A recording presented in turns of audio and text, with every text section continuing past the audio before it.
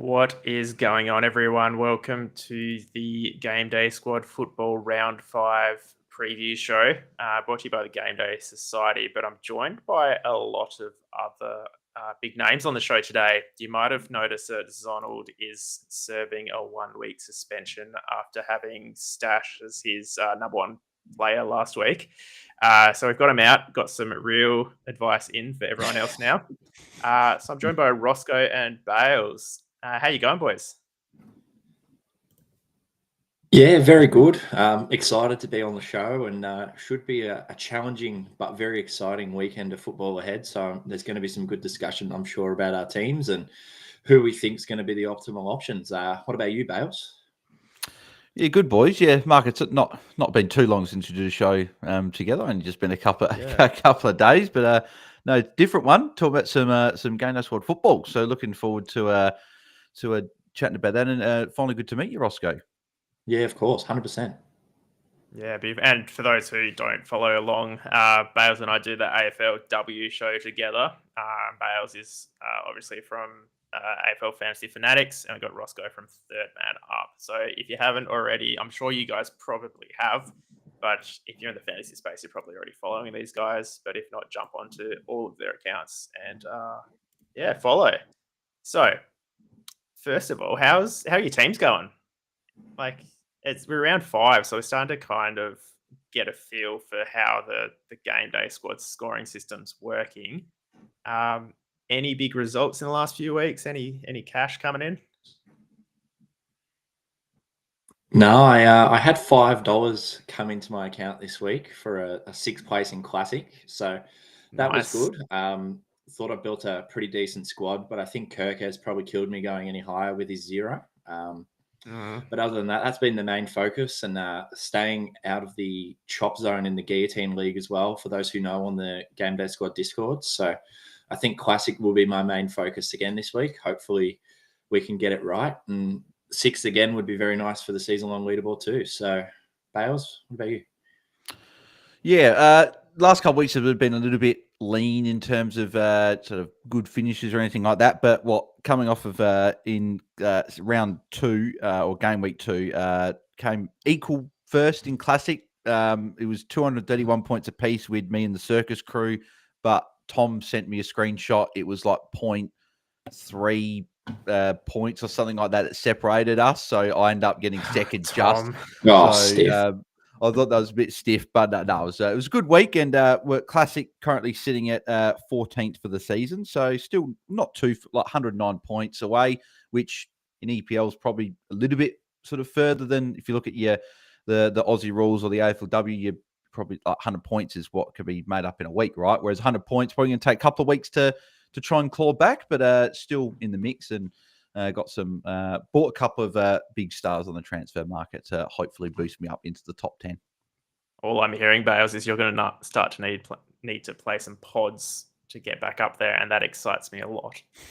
So, what we'll do is I think we just jump straight into the round coming up. It feels like, I guess, in my head, because there's so many different sports on the Game Day Squad platform at the moment, there's not much like brain cells in my brain to kind of pay attention to all this. So as soon as I focus on my basketball side, I forget all the football stuff. So it'll be nice to kind of have a bit of a refresher and another opinion that's not just Zonald, because obviously Zonald's great, but he's I feel like he's leading me astray sometimes. So let's jump into the first game, which is a big one. And it's in a good time slot at 9:30 Australian Eastern Standard Time. Liverpool Everton derby. How many players are you playing out of this? Well, I think that the main one here for me, I think, is obviously Mohamed Salah, right? He's the main one, and he looked better midweek in the Champions League. There's obviously, I think the thing that be interesting to get you boys' thoughts, but he's been, like, in terms of expected goals and all the sort of stats that he had this time last year, he was obviously out of the blocks. He was heaps and heaps of goals, heaps of assists, heaps of points, everything like that. Whereas this year it's been a bit more lean. I think he's had 2 goals and 1 assist. One of those goals has been a very late penalty last week. hasn't quite been the same form. But do you guys think that maybe midweek, the fact that Isaac's maybe starting to integrate in, Ekatike, Verts have had a few weeks, do you reckon that maybe Salah's now going to start sort of kicking on with some better scoring? Or do you think this is a bit of like this is going to be Salah? He's not going to be as good as what he was last year, but he's just going to be a decent asset. Yeah. Well, I think it's an interesting one, definitely. Part of the reason why I've got him in my lineup this week, I think it can actually be very difficult to make up a score if you don't have him in a game where he could potentially haul. Like, obviously, he does, pop up and be very prolific with a goal or assist in most games. But, Merseyside derby, although it is a tough game and they're usually low scoring, if he's the one that sort of pops up, breaks the game open with a goal and an assist, it's going to lead to a decent score. And I sort of worry about those who leave him out. I mean, obviously, if you leave him out and he doesn't do anything, then you're well ahead of the pack. But, I think we just perhaps have to play him. I just think he might be essential, maybe even regardless of matchup, although his league form doesn't necessarily suggest that so far. Yeah, and I think one thing that's probably important to kind of reflect on is that last season was a record-breaking season.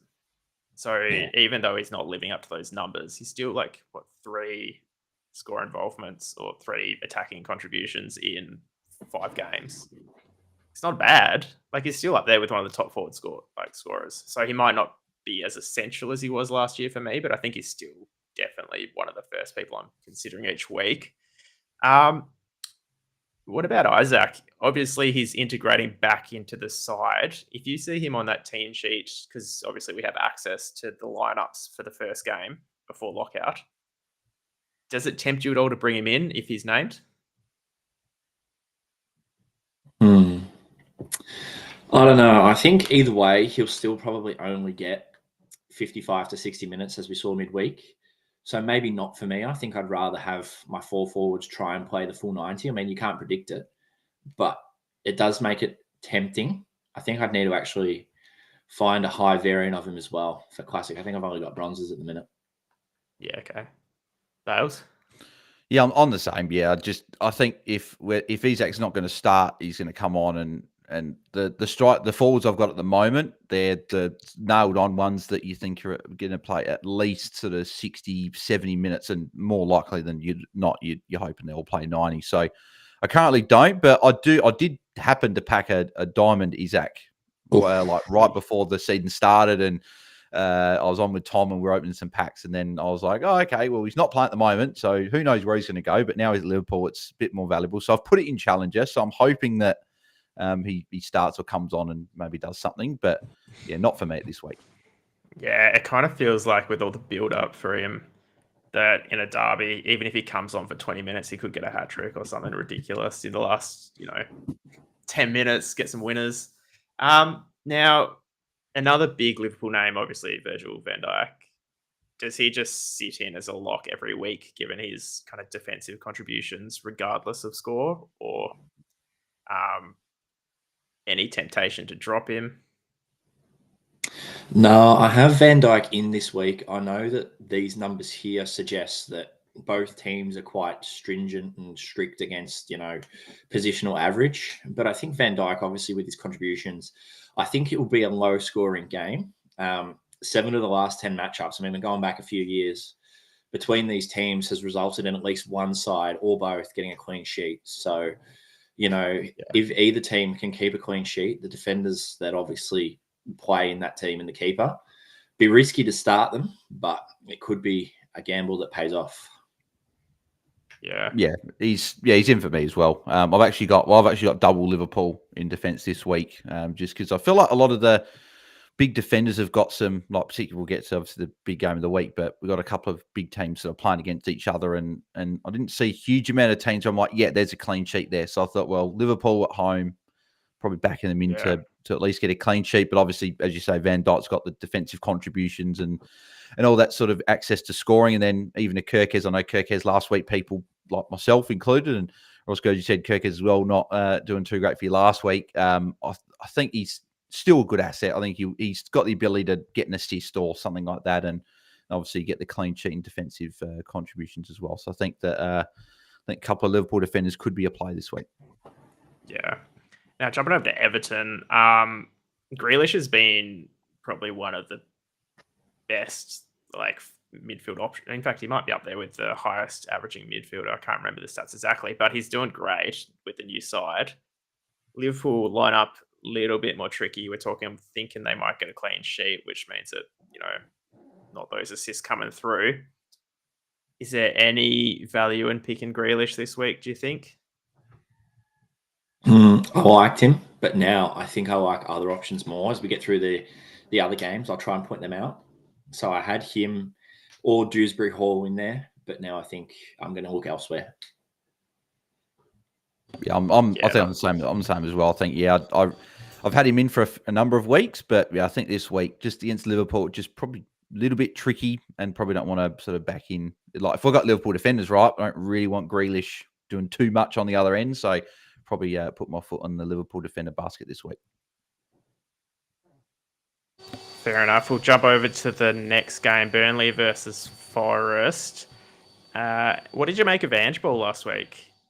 Any concerns, temptations, anything like that? Obviously, Forest were a pretty solid defensive side in theory previously. Now a lot more attacking. What does that mean for us? It's tricky to say. Obviously, it's only his second game.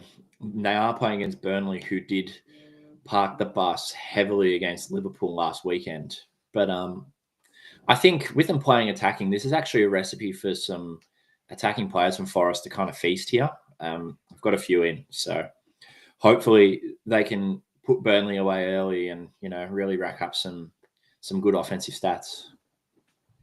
Yeah, it's going to be interesting to see how Forest, obviously not great against, was it Swansea in the cup during the week with the comeback. So I'm hoping that they'll be coming out sort of breathing fire and wanting to do quite well. So I think that a couple of defenders could be a play here, like your Matt Sells in goal maybe, or maybe Nico Williams or Murillo or something like that. And I think Gibbs White is a good play here as well. I like the look of him. I think that he could maybe respond in a big way here and put up maybe some good points. Yeah, I'm big on, I think, Anderson and Gibbs White this game. One other player that I probably would be big on is Zinchenko, but he's still listed as an Arsenal, linked to Arsenal in GameDay squad, so we can't play him, unfortunately. But yeah, any Burnley standouts? Anyone tempting? Not for me. Dubravka would probably be the only one if you think they can keep a clean sheet, I think. Yeah, agreed. Yeah, agreed. Yeah, I've got him. We'll jump to the top 5 keeper options. I just see this being a game where maybe he'll, even if he doesn't keep a clean sheet, he'll get a few opportunities to make up some points elsewhere. But yeah, we'll see how it goes. All right, game 3 for the round is going to be Brighton and Spurs. Now, Brighton, a few decent midfield options, and it looks like Tottenham kind of do actually give up some points in the midfield there. For those who haven't seen the show before, these tables with the points are the variation from the average player can make against this side. So, and I've filtered it out to only be if they play 60 minutes, just because if your player doesn't play 60 minutes, then it's kind of pointless looking at the stats, in my opinion. So we should be aiming for the 60 minutes plus, and that's kind of where the averages will fall. Now, I don't mind Matoma, but I don't think there's a spot for them. What I do like, though, is this Spurs midfield. Kudus especially. Thoughts?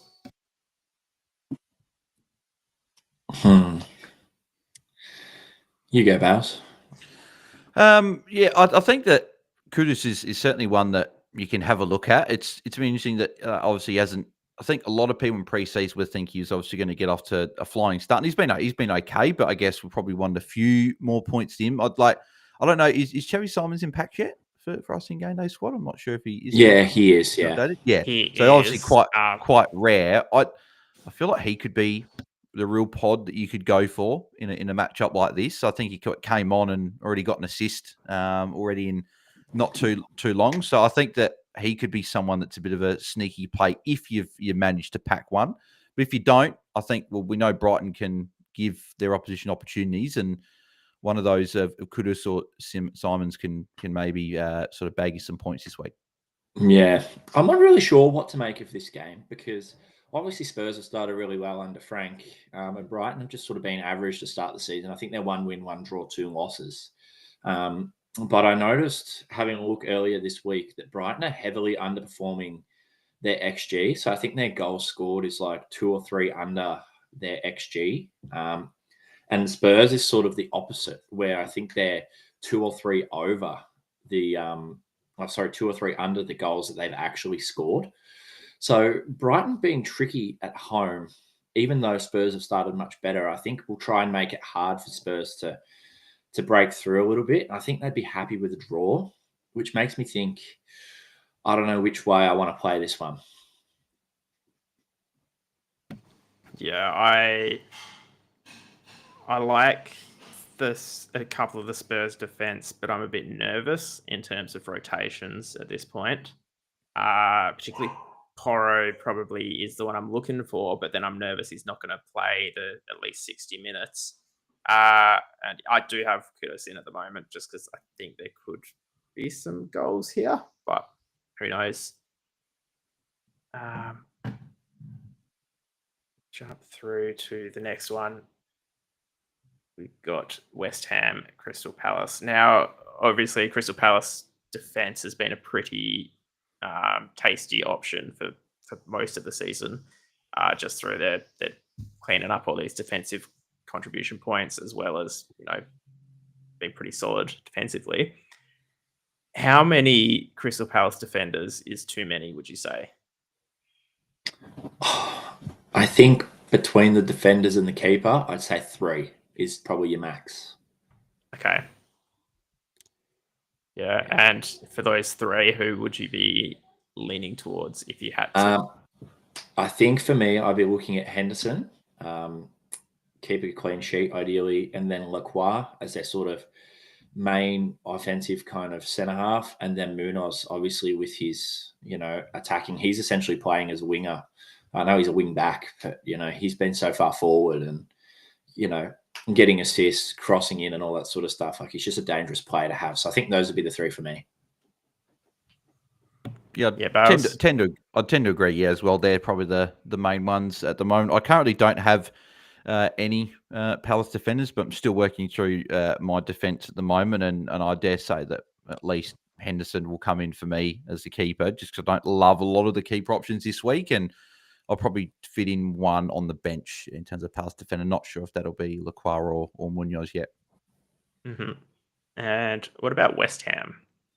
They've probably been someone we haven't picked too many players from. Paqueta, maybe Bowen, but anyone that you would take a punt on this week, or the Palace matchup just not worth it? No, I don't think in the form that they're in, I want to be picking any of them. But that said, I'm pretty sure they did beat Nottingham Forest 3-0 at home 2 game weeks back. So I don't really know what to make of them. West Ham, that was frustrating. They just whip out a 3-0. If they do that again, a lot of people's weeks will be in a bit of trouble. Yeah, exactly.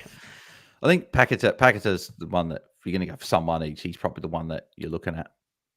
Yeah, I think so too. But then, the numbers show Crystal Palace aren't giving too much up for, we'll call him the forward. And then, there's just, I think, too many good options to find a spot for him. So we'll jump through to the next one. We have Wolves and Leeds. Now, I think historically we've always been targeting this Wolves matchup because defensively they haven't been great, giving up a lot of goals. But then now coming up against a newly promoted side, do you think that maybe some Wolves options could be more tempting this week as maybe a unique pick, or is there just no one in that lineup that even takes your fancy ball? Yeah, I actually don't really know too much about this Wolves lineup. I feel like from last season, a lot of the players I remember seeing are just not there anymore. Obviously, they've still got Santi Bueno, Totti, and all that sort of stuff. But, these attackers, Munetzi, Arias, and Arodakare, they're not exactly all too familiar with them. The same kind of goes for Leeds. I don't really like Calvert-Lewin as a striker. I don't think he's very good. Do you reckon you tend to agree? Yeah, I can't really. Yeah, no, I agree for sure. There's no room for someone like that in my side. Just the game day squad scoring things don't really line up for him. So yeah, Bales. Yeah, I agree as well. Like as Roscoe took words out of my mouth, it's like looking at the Wolves lineup. I'm like, there's a lot of names there that I don't recognise too much and know too much about, and I don't want to take risks on players in my game day squad lineup where I don't know much about the player. Like I want to know about the player and go, okay, they can do this, this, or this, and give me some points. Whereas I wouldn't be shocked if one of the Wolves attackers end up doing quite well, but just who's it going to be, right? And if you don't really know, I think you're probably better off probably looking at another option you're a bit more confident in. Yeah, for sure. In terms of leads, though, I know that Zonald last week was big on Stack, who could be quite a decent, like, attacking contribution kind of player. Coming up against Wolves could be a decent option again, but I can see Zonald's in the chat there. Are you tempted to double down on your call last week, or have you given up on that? We'll find out later, but we'll jump through to the next one. We'll smash through these lineups, and then we'll probably go into the more relevant, top fives for each position, so we can kind of see who we should be targeting. Man United versus Chelsea. This is probably one of the bigger games, but it also scares me a little bit in terms of who to pick out of it. I guess, first of all, what kind of scoreline are you guys thinking for this one? Well, as a Man United fan, I'm very nervous. We've been shocking for a long time. It could get nasty with the way that Chelsea play and their attacking prowess. I think Cole Palmer's an absolute lock. He's looked brilliant since coming back from that very, very, very late out. That I remember seeing the notifications was a couple of weeks ago when he was injured in the warm-up, and I didn't even have time to change, and I was still up at the time, could you believe? And I didn't even get time to change my lineup. So I think he's got to be in there, and I think João Pedro as well is also obviously in great form and is looking great as well. So I think that Chelsea are probably the ones you're more confident in. I was a bit shocked when I saw Cucurella on the bench last week and didn't start, but I think that he obviously is great, another great option in defence as well. Probably a little bit more potty than I guess a lot of other options, but I think they're probably the three I'm looking at. But Man United, it's like I'd love to put Bruno in, I'd love to put Cunha in back from injury, I'd love to put a few of these options in, but I'm like, you don't know really what you're going to get from Man United. So like Roscoe, Mark, I don't know what you boys think, but Man United assets I'm probably out, maybe besides Bruno. Bruno's probably the only one I may start. Yeah, I think I agree with you, Bales, for sure. Bruno, he's sort of one of those players that's fixture proof. Like he's on set pieces, he's on penalties. Whenever Manchester United score, even if they win or lose, he gets a lot of defensive contributions and he's generally involved in the goal. So I think he is not necessarily safe, but I think there's better options. But he's a player that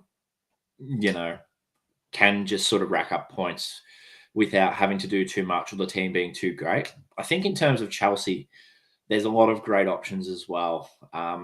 Sanchez, I like a little bit, but I'm worried after, what's his name? Maresca said that they're going to consider rotating them. I know that's predicting that he's going to start, but I don't know if Jorgensen is going to start for them either. Otherwise, I think Cucurella, Caicedo, Enzo, Palmer, Neto, and João Pedro could all be worth some consideration. I don't think I'll be picking them all, but probably one from each line, perhaps. That says a lot about Man United right there. What you're saying there. You're like, I like this option, this option, this option, this option. They're all viable. That just says a lot about Man United, I think, at the moment. Yeah. And I think based on the numbers as well, apart from the forwards, you're looking at, oh no, that's a negative too. So they're not, based on the numbers, it's not necessarily reflective of you can pick someone from any position to play against them and score well. But I think this Chelsea lineup, there's so many good options. Cucurella, Moises. Palmer, I'm still psychologically not 100% there, even though I know that it's probably fine. The other thing is I don't have the best cards for him, so I won't be starting him this week and praying that he has an off week, even if he plays just a no scoring involvement kind of week. But yeah, Pedro I think is a must start, and I can see, unfortunately for you, Bales, maybe a few goals there. You say unfortunately, right? But for the last few years, I've been just watching United going like, this is just quite funny. So what was it been?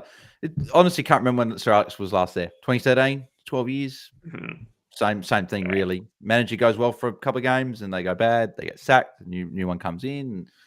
So I think they're just in that transition where it's probably almost inevitable at the moment. And I think Chelsea will prey on that this week. Yeah, for sure. So moving through to the next one, Fulham Brentford. I backed Leno in last week, and he rewarded me with a I think he scored like 18 to 20 points or something, which was great. I think I'm going to do it again in some of my bigger comps, just because, Brentford, they tend to give up positive scores to keepers, which is nice.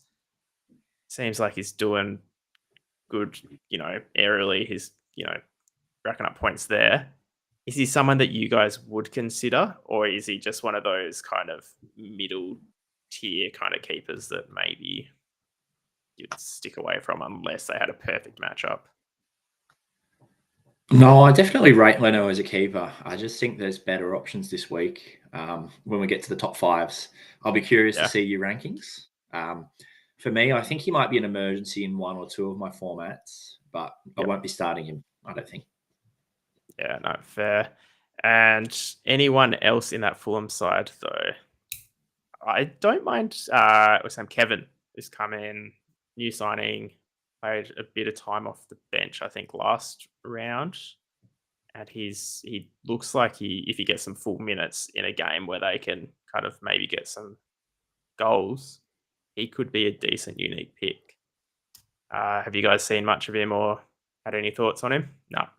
No, I haven't. I think Anderson could be the other one from a Fulham perspective. Obviously, he's a bit of an aerial threat from set pieces, corners.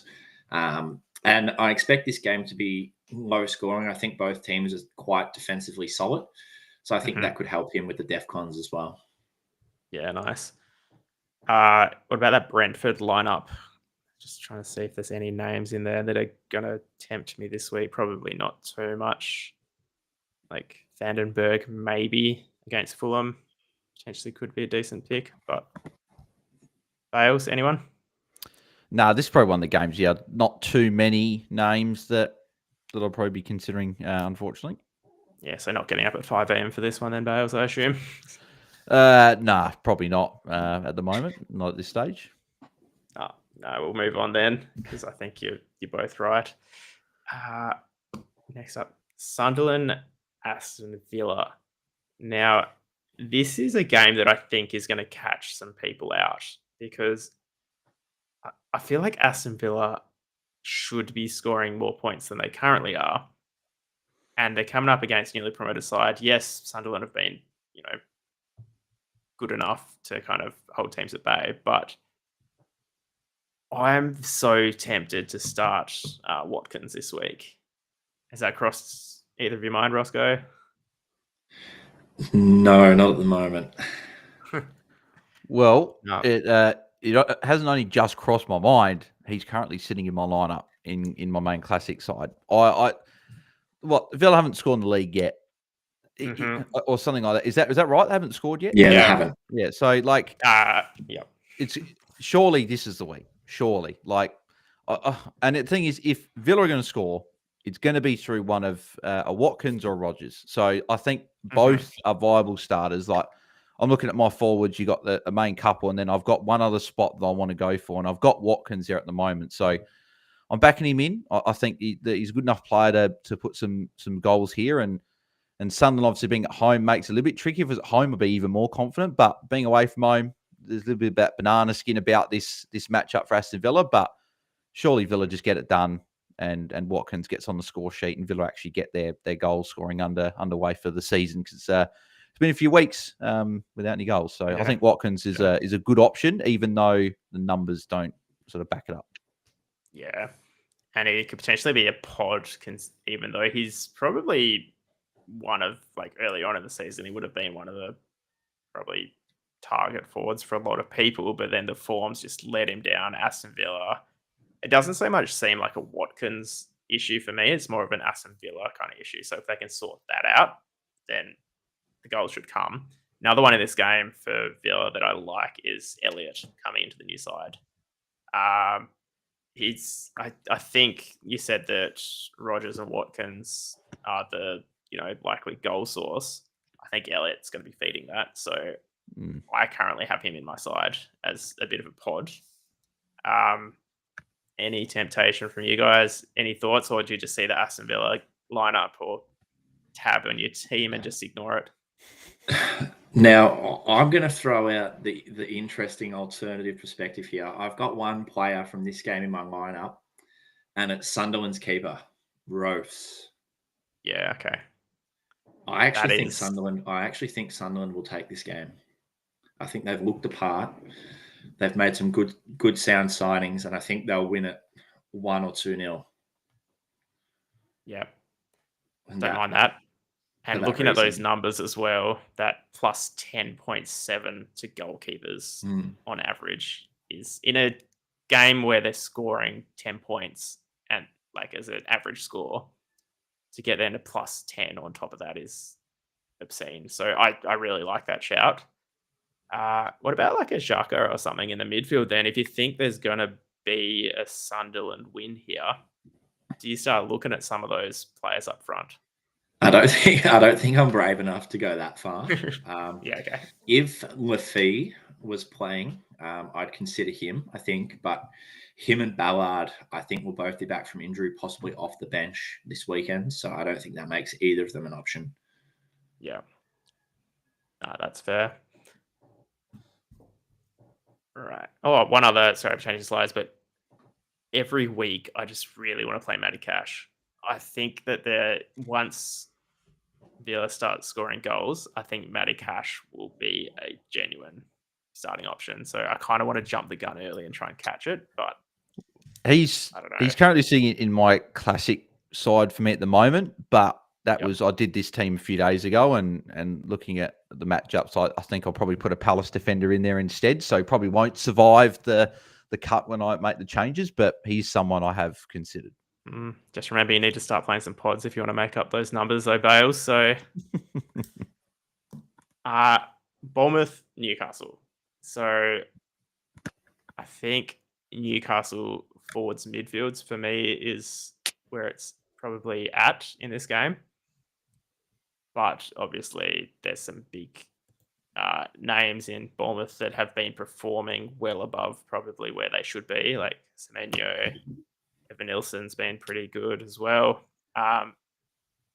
Who have you got in this? So Bales, I guess. Who have you got playing here? Yeah.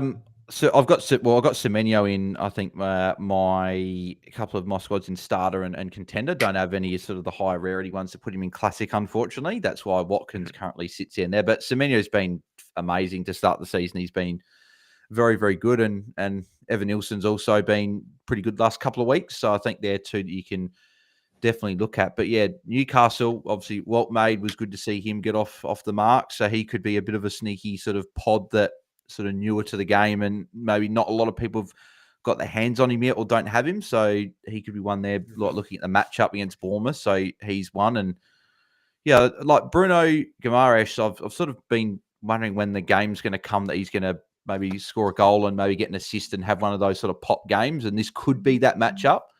But I don't know if I'd be brave enough at the moment to start him over a couple of other options. Yeah, I kind of like the other options feel like they've got a higher floor than Bruno, but he, he'll just keep, 2 goals, 2 assists in a game out of nowhere and then bang. I actually have Waldemate in my side this week because I've managed to snag a card, and I'm thinking that could get me ahead of a bunch of punters, hopefully. What about you, Roscoe? Any big names in this one for you? Yeah, I have a few. I have Semenyo up front, but then I'm also starting Livramento in my defense. I know Zonald was very keen on him as well. I think he doesn't necessarily need Newcastle to keep a clean sheet to get a decent score. So yeah, I think Mr. Fixture Proof, Semenyo, and Livramento will be the way that I go. I'm very interested to see if Lewis Hall does indeed start at left back, because I know Trippier was a top scorer last round, sort of playing on the right, and Lewis Hall coming in means obviously he would be benched. Livramento onto the right-hand side and Hall on the left. I have a platinum Lewis Hall, so if he ends up being nailed, he's definitely one that I'm also keen to start in, a lot of easier fixtures as well. Yeah. Nice. Now, a few weeks ago, I was big on Barnes. Played him because he had a great matchup, and then he had an absolute stinker off the bench. I kind of want to play him again, though. Can someone talk me out of it, please? Well, no, he's playing forward for Newcastle, who are a strong offensive side. Is he a forward in GameDay squad? Or is he a midfielder? No, he's a midfielder. He's a midfielder in the game. That does make it a little bit trickier, perhaps, I think. Although, I'm not sure. I'll keep him out, but it's one of those ones where I won't play him, but in the back of my head, I'll be like, I should have played him. And then when he does go big, I'll just be mad at myself. He's one of those ones that, like, as you say, for you'll probably look at the end of the week and he's probably scored a goal and got an assist, and you're like, should have played it. I feel like for all of us, there's like one or two of those players each week. They're like, I had them in, I thought about it, and then they did well, and then like you put someone else in, they didn't do as good. But that's fantasy, unfortunately. Yeah, exactly right. Now, this is probably the big game of the round. It is the big game of the round. Arsenal City. How much do you think a big game like this affects our ability to pick fantasy players? Because 50% is probably the player, 50% isn't. Well, maybe not 50%, but 50% is the matchup as well. In a game where you've got stars like Haaland, anyone basically in this game for these two teams, how do you think coming up against a strong side is going to impact their scoring? I've asked that question very poorly, but I think you get the gist. Yeah, look, I think depending on which team you sort of favour, perhaps to have an edge in this game, I think could be the way you play. If you like Arsenal, I think you could probably have a look at Raya, Timber, maybe Gyökeres up front as well. I think he'll be a good goal source for them throughout the season. Whereas if you like City more, I think you can go with Donnarumma, Gvardiol, Foden, Haaland, I think is your main sort of options across the game. For me, I've got only Haaland at the moment. I think he's obviously been in elite goal scoring form. And I think if City are to win, he's the one that has to score.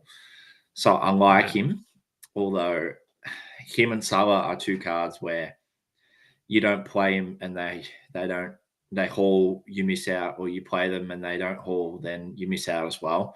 So I'm tempted by some of these perhaps safer options, like, your Mateta against West Ham over perhaps a Haaland, although I think I'll keep him in there for now. Yeah. Bales? Yeah, no, I feel like Haaland and Salah are the two that I probably just lock away each week, just on the chance that they're more likely to hurt you than not. So I've still got Haaland in there, but outside of that, I feel like I'm almost too like this game's going to be great, and I'll be watching, but I feel like this game is almost too good in terms of the players. I don't feel confidence that either way. Like it could go either way. Like I'd be leaning slightly towards Arsenal, but this could be a game where it's like a 1-1 and maybe some players off the bench maybe come on and score, and we don't get a huge amount of points from players that are starting. I don't have a huge amount of players in this game. I think I've only got Haaland, I believe, in Classic. So it's I'm a bit nervous about this matchup, but there's plenty of options if it goes one way or the other that could easily net you points. It just if you pick the right way, it might go your way or it might not. Yeah, I'm kind of leaning the other way a little bit in this one. In that, well, I mean, I don't have any players from this game, so I'm not starting Haaland this week. My rationale is that I'm playing Haaland to get me 2-3 goals, right?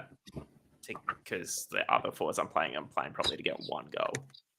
So I don't see Haaland scoring 2 to 3 goals in this game. He might score, but I don't see him scoring a bag. So if I can bring in a player that is more likely to score goals in a better matchup, I think I can make some points ahead of those people who play Haaland and then maybe he doesn't score.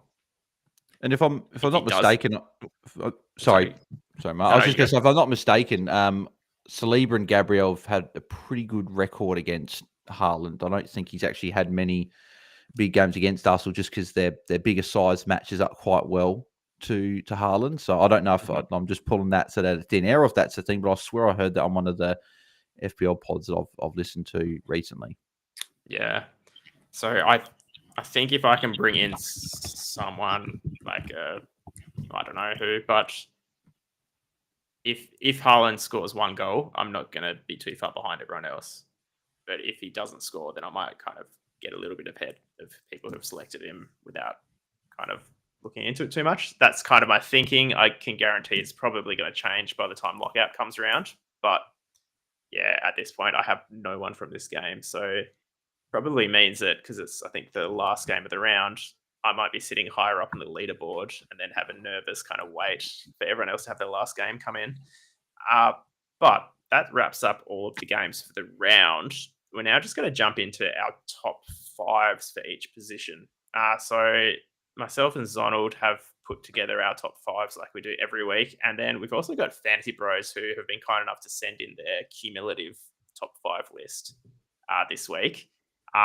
They were going to jump on the show, but then unfortunately, because they've got the NRL prize draft tomorrow, I think it is, and a lot on their plate, they couldn't just make it work. But they were still kind enough to send this in. So we've got our top 5 keepers. Everyone's sticking with Henderson as their number 1 keeper.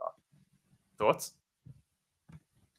No, I like it. I think he'll be in there as well for me. Yeah. Cool. Yeah. Moving down the list, we won't go through everyone because it's kind of, they're pretty similar lists, just the order's slightly different. But is there anyone that stands out as a bit of a pod or someone who's maybe missing for you guys? I think obviously Raya is interesting. I know probably Zonald likes Arsenal, but he could, if Haaland or Manchester City score a couple on them, do nothing at all. I think there's a few safer options. Yeah, I think Allison's the one for me that probably I like at the moment. Like, he obviously is in the list there, but a little bit sort of down towards the sort of bottom part of the 5. But he's one that against Everton, being at home for Liverpool, probably good chance that they get that clean sheet being at home, that I might back him in. But Rose is obviously the one that could be that pod that obviously, Mark, you've got there at number 2. And I know, Roscoe, you said you've got him in your side as well. Yeah.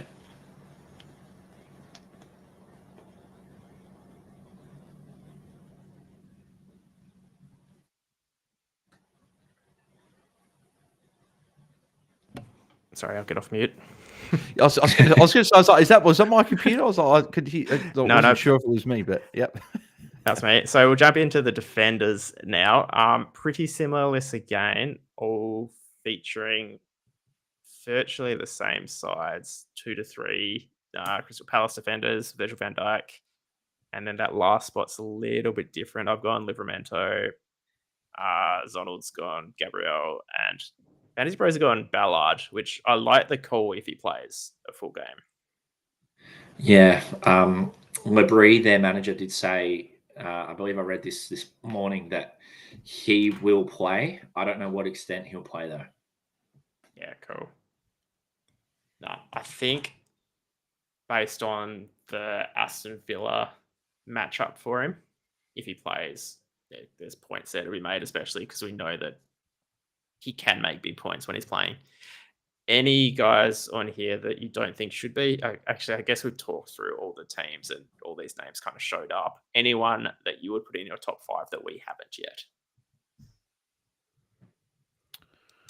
I was saying before in the Liverpool game, I do like Kirkes for a bounce back. So he's probably someone I've got at the moment that's not in the top 5s there. So he's probably one. But whether I want to go Allison and Van Dijk and Kirkes, I'm not sure. It's putting a lot of eggs in a clean sheet for one team. So maybe I'll just go, if it's Allison and Van Dijk or Kirkes and Van Dijk, go different keeper. So I'm probably just working through that. But Kirkes is someone that I've had a lot of think about this week. Yeah, nice. Yeah, I think for me, probably the other one is Mark Cucurella. Obviously against United, hopefully he could get an offensive contribution. Chelsea do well defensively against them. I think he could score pretty well as well. Yeah, nice one. All right, midfield wise, again, the lists were similar, just different orders. One that Zonald's hot on that we didn't have in our top 5, but I do like is Gibbs White. I think we talked about him earlier. Could be a big game for them.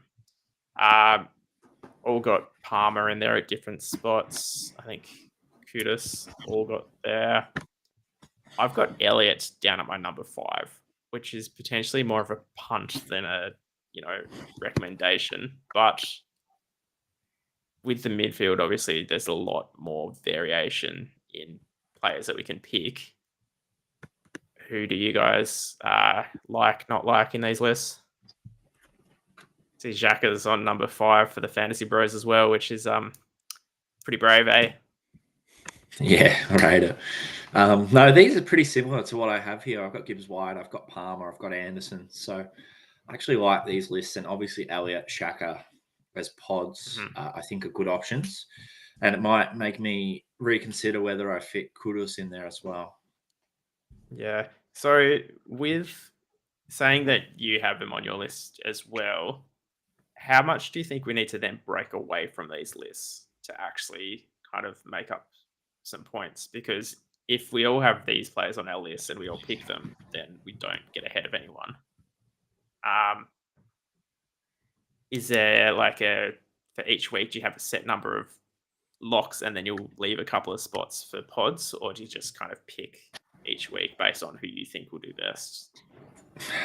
Well, to be honest, last week I sort of just picked based off the fixtures a little bit, found a few that I like to play regardless of the fixture. And then, I try to target defenders who I thought the teams would keep a clean sheet, and that did pretty well for me. So I think I'll probably stick to that again, obviously going with, your Chelseas, your Palaces, Nottingham Forest, that sort of thing. I think it can bring good success. And obviously we have different rarities of different cards as well. So some people might try and load up on plats and then go only silvers, whereas some might spread it out across the golds. So there's still a bit of variation, I think.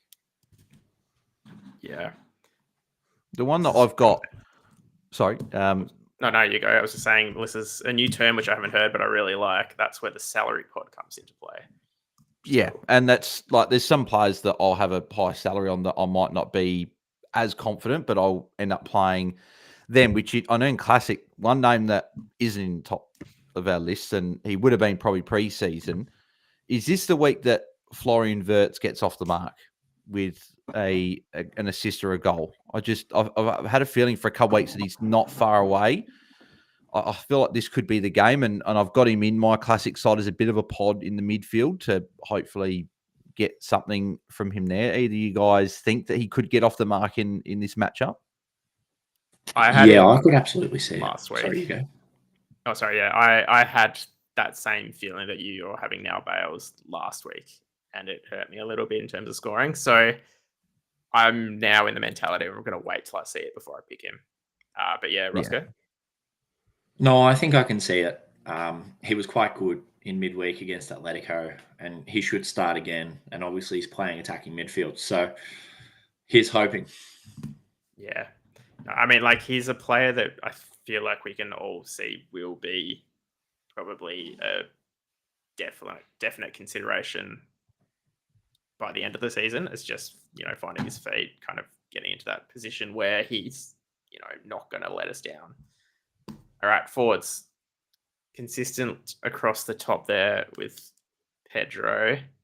Sorry, Bales. Other than that, though, only one of us has Haaland in our top 5. That's the first thing I saw. Yeah, I was going to say that's one Haaland. There's the one, I reckon. Yeah. In that, I think for me, I see the other guys scoring goals more likely than Haaland does.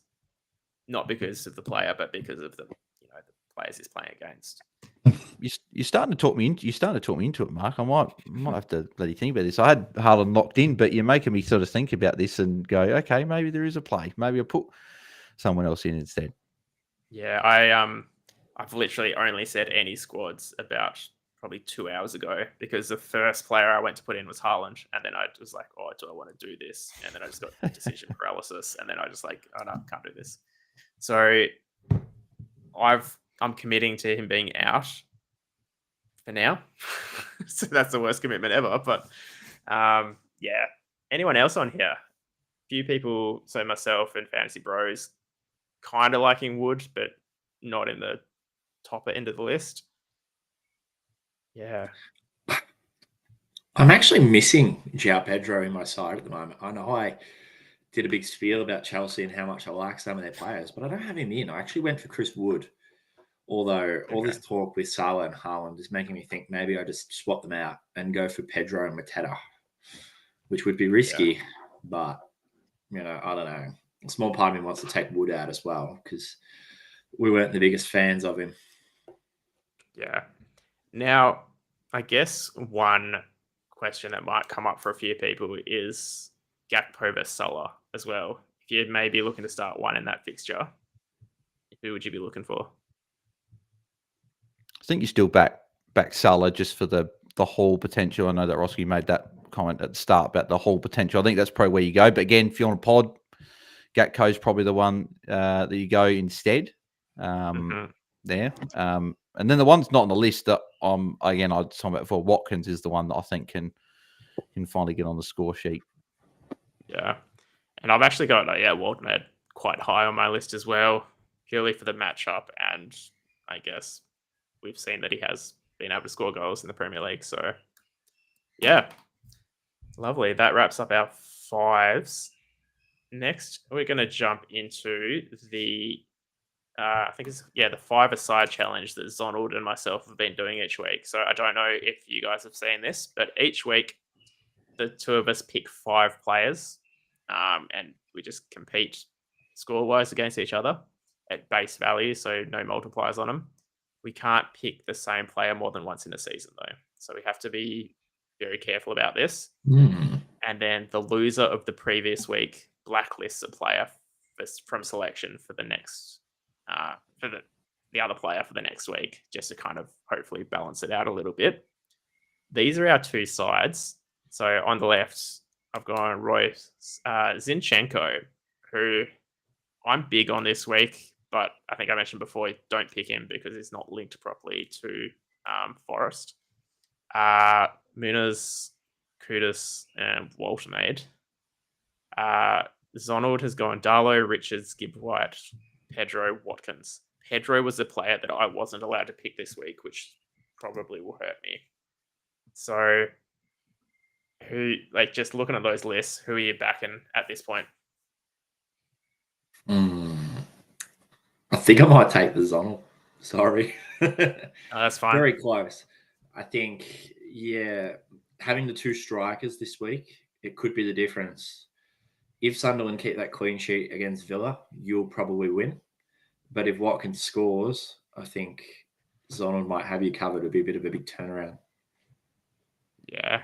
It's probably where I slightly lean to as well, just because I do think Watkins will score this week, but there's some good sort of uniques there. And if Kudus can maybe bag it, maybe if he gets a brace or something like that, that could be a big turning point as well in the matchup. Yeah, and I've kind of got him in there more of as an assist player than a goal player for me anyway, but I mean, I'd happily take a goal. But yeah, as you can see, still pretty tight even after, a bunch of rounds. But yeah, we're very excited to see what happens. Now we're going to do the would you rather. So in the chat, in Instagram, X, put forward a question of, send us through your selection dilemmas. and we've had a bunch come through. So I'm just going to rattle them off and kind of quick fire, get some answers from you guys. First one we've got is from Mel's Misfits. We've got LaCroix versus Gay. It's tough because they're both defenders from the same side. I think they'll actually score quite similarly, to be honest. I maybe give the edge to LaCroix. I think he might be slightly better option on corners going forward. But if Powers perform well, they're probably similar, I think. Yeah, same thought to me as well. Yeah, I think LaCroix just, but either of them could score potentially from a corner, and that's the edge. But I'd go LaCroix just. Yeah, beautiful. Next one we've got the goalkeeper dilemma of Royce and Vicario. Well, I'm going to go Vicario because I think Watkins will score. That's the only thing that's swaying me to Vicario. Yeah, I think Vicario is probably a safer pick, but I'll lean on the side of Royce, thinking that Sunderland will win. So, yeah. Next one we've got coming through is Grealish versus Palmer. I think Palmer for me takes that easily. Yeah, Palmer, same. Purely matchup. Grealish in a good matchup, probably Grealish, but Palmer for sure. Chris Woods, Ollie Watkins. This one's probably one of the tighter ones out of the selections, I'd say. I think I'm going to die on this hill. I'm going to go Ollie Watkins because I think he scores this week. So I'll go Watkins. But is scoring this week enough to beat Wood? Because Wood could score this week too. Yeah, and that's the thing, right? I'll back Watkins in still. Yeah. I've taken Wood. He's obviously scored this season already, and I'm not willing to risk Watkins yet. The one thing I do worry about Wood is he's played a lot of football and a lot of travel in the last month. So I think international trip was a long way. Coming back, I'm on Watkins for this as well. Sorry, what was that? Sorry, the message just popped up on my phone. Sorry, what was the question? No, you're right. I'm on. No, same. I'm just answering the question. I'm on Watkins, Team Watkins as well. Okay. Yes. Good. Sorry. No, just message just popped up. So apologies about that. All good. Next one we got Palmer versus Enzo. I think Palmer being on set pieces gives him the edge there. I think. Yeah. Yeah. Agreed. Yep. Same. Beautiful. Pedro versus Watkins. A lot of people thinking about Watkins, maybe hoping to be told not to pick him or something. I don't know, but basically everyone's asking about Watkins. Yeah. Does he tip out Pedro? Still Pedro, I think, but I like both. They're both on pens, aren't they? Is Watkins on pens for Aston Villa? I think so. Yeah, I think so. Well, yep. Yeah, I think Pedro. I mean, I think all of us had Pedro in our top fives as number one, so that kind of sells it for me. Watkins again and Mateta. Oh, that's a tricky one. Yeah, I think I'll lean Mateta against West Ham. I'll keep backing in Watkins, I reckon. I'll just keep going Watkins. I'll just keep going Watkins for most. I went Pedro against Watkins, but I'll go Watkins. But again, both are really good and both are very much in the mix. All right. And our final one that came through, and believe it or not, it also involves Watkins. It's Watkins versus Isaac. I think Ollie Watkins will play Watkins. Full game. Yeah. I think purely for that. If Isaac is named, then I might consider him over Watkins, but I still don't think he plays enough minutes to kind of get him over the line for me. But yeah, that's it. Any other would you rathers that you guys are tossing up in your head that you want our opinion on? No, these forwards are going to be the bane of me. I think I might have to honestly just watch the footy tonight and not touch the game day squad at all. Otherwise, I'm going to do something that I might regret, I think. Yeah. No, I think that's probably the good thing about the fact that game day squad, it is like the official format. It locks out when that first game goes, because if you Yeah. go into the weekend, you're like, oh, I want to put this guy in, then you do it. Whereas it's like once like 9 p.m. hits, or not 9 p.m. for me, 9:30 for most people, they go, yeah, cool, locked out, I can relax. I don't need to worry about making changes throughout the whole weekend. Yeah. I don't know if you guys played the IPL format of GameDay Yes. Squad, but that absolutely wrecked me because you're staying up looking for the lineups because you had the opportunity to change them before the game. Yeah, At least. I'd get caught out doing that, and I'd said to Cal, I'm just like, Cal, I much prefer the when we had like for IPL, when you had the daily slots like of the games. So it's like, cool, I just focus on the game, that's it. Whereas if you got the full slate, you're like, oh, changing and everything. So yeah. But no, I think it's a great improvement. Just having the lockout, have the emergencies, you're set. Yeah, exactly. All right. Now we'll wrap it up with our team reveals here. So they're quite small now that I see, but this is my side on the left, and then I've got Zonald's on the right here. Am I seeing that right? Pedro Neto instead of João Pedro. Oh, no, that's I've quickly picked the wrong one there, so ignore me. Thank you. I was going to say, I was like, hang on, I'm assuming like Pedro, like they're like two different ones. No, I've just typed in Pedro, I think, and just clicked it. So thank you for that.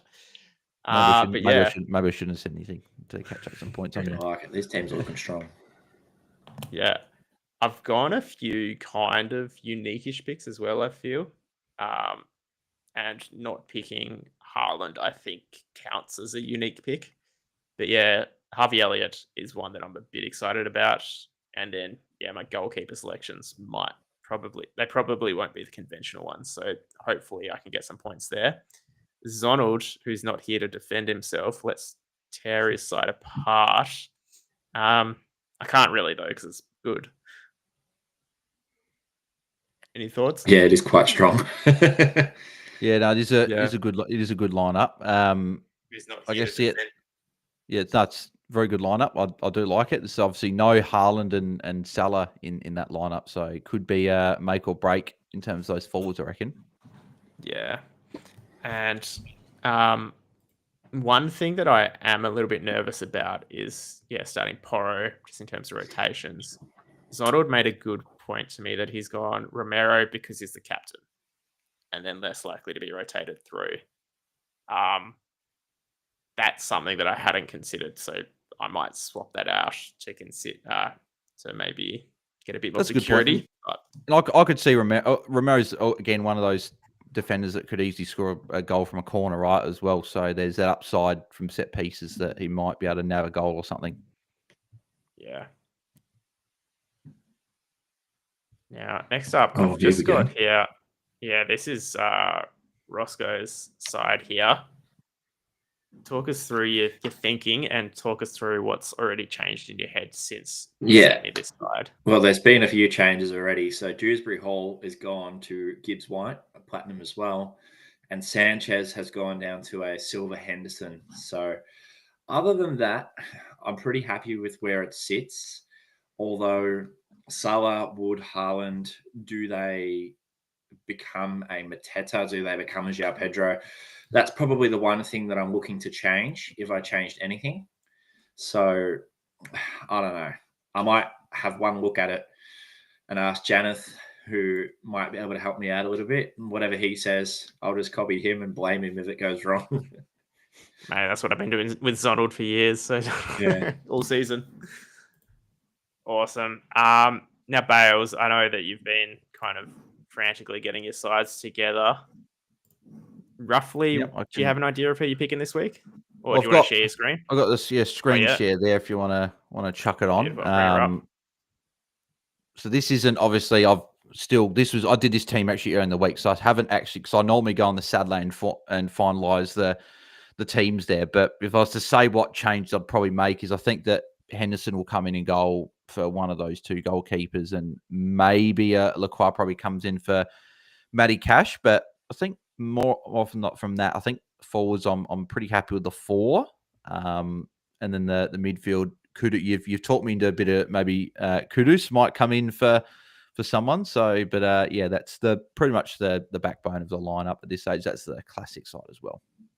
Yeah, I have been pushing Kudus a fair bit. It might be a bit of bias, but I did pack his legend earlier in the week, so that's Well, I a was hoping reason for why I end up getting a Madueke legend in the week as well, and I'm sort of going, this isn't the matchup. Really, I wanted him to play in my challenger side, but hey, you might be able to go okay. But maybe that legend Chalobah that I've got sitting there might be able to go okay for me this week against my side in United. No, I think everyone's hit. Like, the thing is with Game Day Squad, because we can make so many changes, we have so many options. There's so many different variations of good squads. So I think it would be more concerning if we picked a bad squad. Like, I think it's going to be hard to pick a bad squad. It's just the rationale behind it and where we're leaning to in terms of the value and the outcomes of the matches.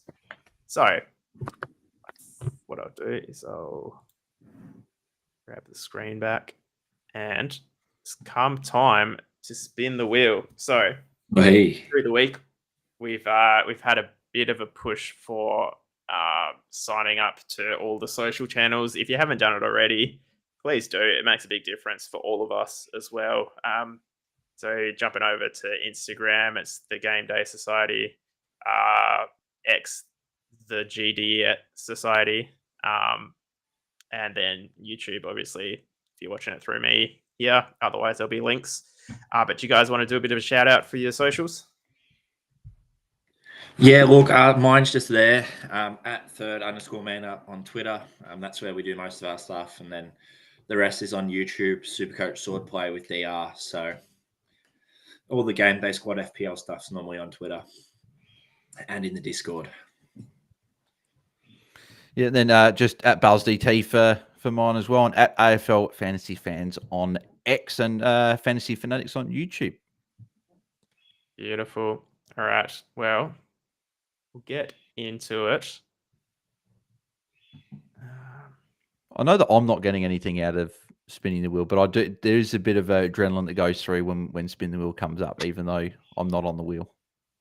Now, there is, I don't know if you see, there's Bonald Zason on the board there, which I'm a bit suspicious about.